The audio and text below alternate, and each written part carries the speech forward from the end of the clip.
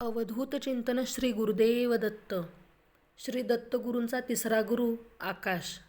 आकाश हे सर्वांमध्ये असून व सर्वांना व्यापूनही जसे सर्वांहून निराळे आहे, त्याचप्रमाणे आपला आत्मा आहे हा बोध त्यांनी आकाशापासून घेतला.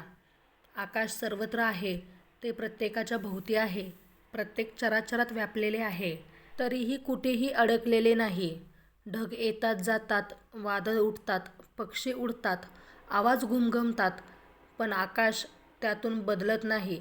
ते साक्षीभावाने सर्व काही पाहत असतात. आपला आत्माही तसाच आहे.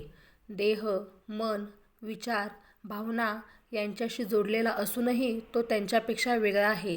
सुखदुःख, मान अपमान हे सगळे अनुभव येतात, पण ते आपलं खरं रूप नसून जसं आकाश ढग नाही, तसाच आत्मा वेदना किंवा आनंद होत नाही, तो त्यांचा साक्षी आहे.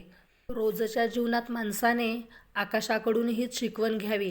प्रसंग येतील, भावना उसळतील, विचार गोंधळतील, पण त्यात पूर्णपणे गुंतून न जाता थोडं दूर उभं राहून पाहणं शिकलं पाहिजे.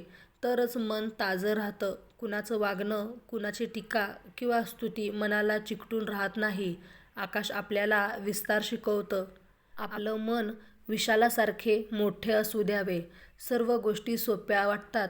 दत्तगुरूंच्या या तिसऱ्या गुरूचा बोध जीवनात उतरवला तर आपण संसारात राहूनही अंतर्मनात मोकळे, शांत आणि स्थिर राहू शकतो.